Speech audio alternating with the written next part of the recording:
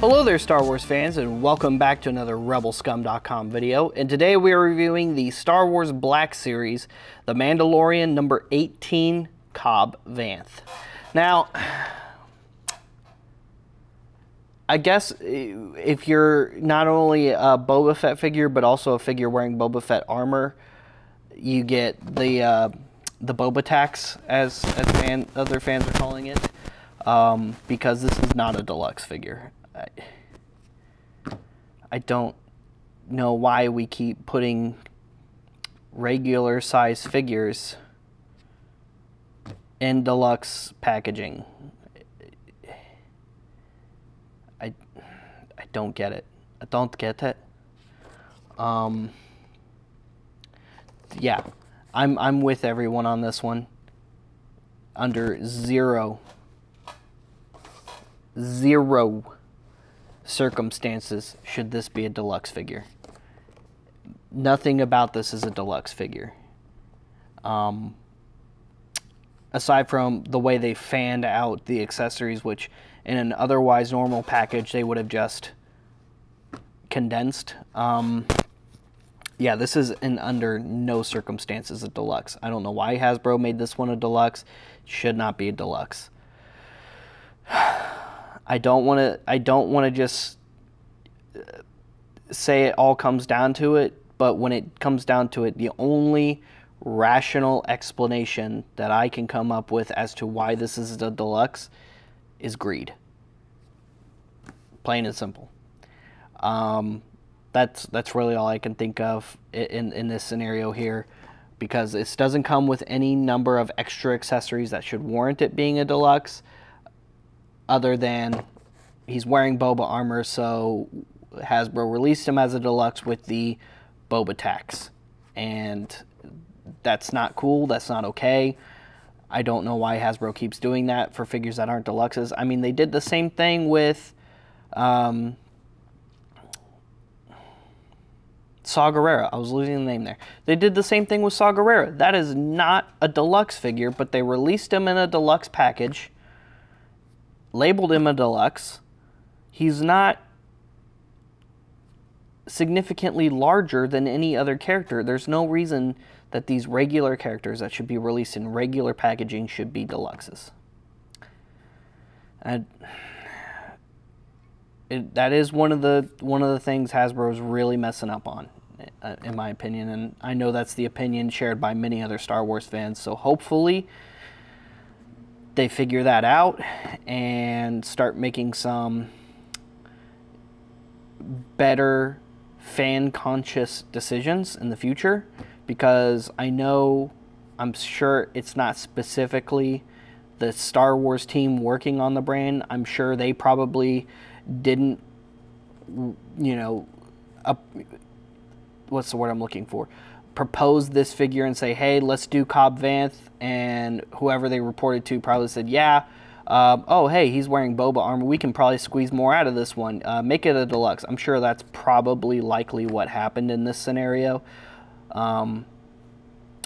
Just based off of my interactions with the guys over at Hasbro, they just, the people specifically on the team, decisions like this are definitely above them. They're not sitting around a table going, hey, we can charge them the Boba tax on this. They're the Star Wars team, the guys doing the groundwork, sitting there day in, day out, working on these figures, trying to get us some really cool stuff for our collections. They're not the ones doing this. I guarantee it. But big Hasbro, bigger, above the seats above those guys need to have some kind of self-reflection and come to some kind of realization that this is not okay. That a lot of us as fans are pretty tired of this treatment, and hopefully some of these releases get better in the future. Hopefully. Fingers crossed, we'll see, but hopefully. Anyway, enough of all that. Here is this awesome figure. Regardless of its price point, regardless of it being in deluxe packaging, it is still a really great figure. It's definitely a figure I've been looking forward to in the Black Series line and adding to my collection. Cobb Vanth is an awesome character. Timothy Oliphant is a fantastic actor, and adding more Western elements and more Western stylized characters to Star Wars was just genius. Honestly, everything about this guy is awesome. All right, let's get him out of here. That's tired of looking at the packaging.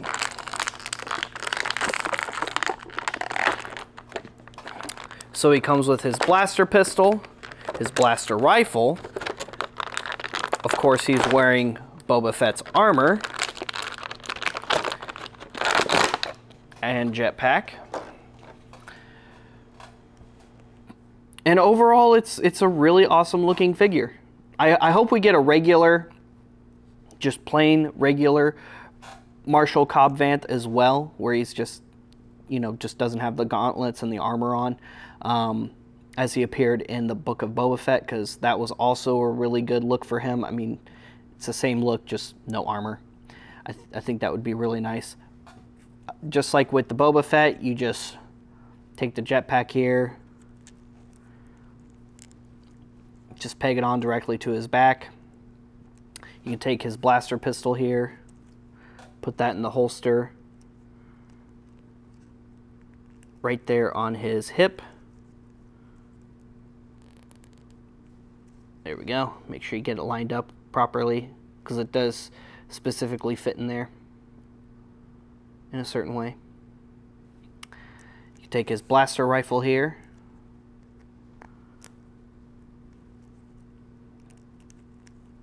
put that in his hand, and then of course you can take the helmet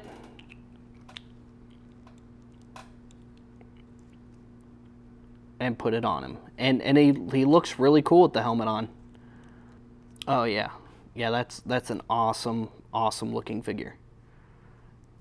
And just like with the deluxe Return of the Jedi Boba Fett or the deluxe Throne Room Boba Fett, the rocket is removable on the jetpack, so you can actually swap this out with the other rockets that came with the other Boba figures if you so choose. The rangefinder on the helmet does articulate.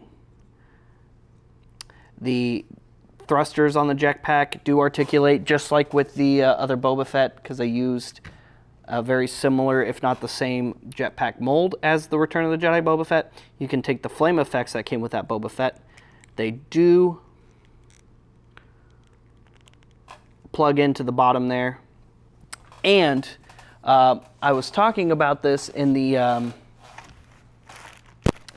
Death Watch Mandalorian review as well, from the Mandalorian. So you take those, and yes, they do actually plug into his jetpack as well, which is pretty cool. So there you go. In case you were wondering, my curiosity was piqued during that video review. Yes, it does work. You can in fact do that, and because it's the same gauntlet, you can also plug on the flamethrower effect that came with that Boba Fett onto the gauntlet as well. So, awesome. Really cool that accessories that came with another Boba Fett figure not only work with the other Boba Fett figures that have come after that, but even characters like Cobb Vanth, who are wearing his armor after the events of Return of the Jedi. And for comparison, here he is next to Return of the Jedi Boba Fett, the deluxe Boba. You can see the paler shade of green, the more metallic spots visible where some of the paint was eaten away while Boba was inside the Sarlacc, albeit briefly. It was enough to eat away at the paint on his armor. You can see the difference in the rocket pack, where or the jetpack, where that metal patch was put on over where Han damaged his jetpack. So that's pretty cool. I like that they didn't just take the pieces that they put on this mold and then just move them over without changing them in any way. Hasbro really did do a good job at applying those new paint apps and those new weathering, you know, paint pieces onto this other figure while still using a really, really good mold. Now let's go ahead and take a good look at that face sculpt there. That head sculpt is very, very nice. They did a really good job on that. Overall, it's a really good figure. Again, it's just shouldn't be considered a deluxe. Should not be considered a deluxe. Head is on a ball joint. Even the scarf moves on his neck. You could pop the head off of that ball joint and actually take that scarf all the way off if you don't want him to have the scarf. But I like the scarf. He had the scarf in the show. It definitely kind of fills out the look with him and his helmet, having the helmet on, because it just looks weird with, you know, just seeing him wear the helmet without anything up on the neck or some kind of collar or something, you know. Other than that, he's fully articulated shoulders, nothing on the bicep, single jointed elbows. The gauntlet rotates. You got a wrist articulation, upper waist, hips, upper thigh, single jointed knees, ankle joints, and that's pretty much it for articulation. And here he is next to his Mando bro. Here he is next to his Mando bro, the Mandalorian. Which side by side, the two of them look really, really awesome. I mean, it looks great as a comparison having him next to the Return of the Jedi Boba figure, but side by side, I mean, having Cobb Vanth and Mando standing next to each other looks really, really cool.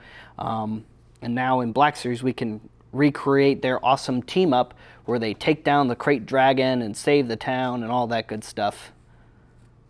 Join forces with the Tusken Raiders. Another really awesome character. But again, like I said, I really hope we get another Cobb Vanth as well, where he's, you know, not wearing the armor. Other than that, I mean, a lot of the details on this guy are really awesome. I mean, they even have Marshall's badge right there on his belt buckle, which I never really noticed that until he pointed it out in Book of Boba Fett. I was like, wait a second, does he actually have that? And going back, yes, he actually is wearing the badge. But until he pointed it out, I didn't realize that's what that was, you know, because it doesn't really look like a badge. But, I mean, in Star Wars, it does, you know, look like a badge or a rank plaque or, you know, something denoting status. So that's really cool. Overall, a really awesome figure. It just doesn't need to be, it doesn't need to be a deluxe and doesn't need to have the Boba tax, but hopefully things will get better as things progress. We'll see, especially with the new windowless packaging.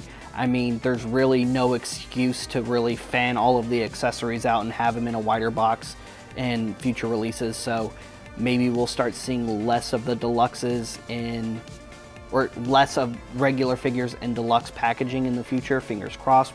Who knows? Like I said, we'll see as time goes by. Stay tuned for more awesome Rebelscum.com reviews. Stay tuned for more of our Black Series content. Check out some of our other Black Series reviews. We review a lot of Black Series here on Rebelscum.com. Like and subscribe. Make sure you go to the website daily for daily content. Check out Rebelscumshop.com for all kinds of awesome swag and merch. We'll see you guys later. We'll see you another time. May the Force be with all of you, you Rebel Scum.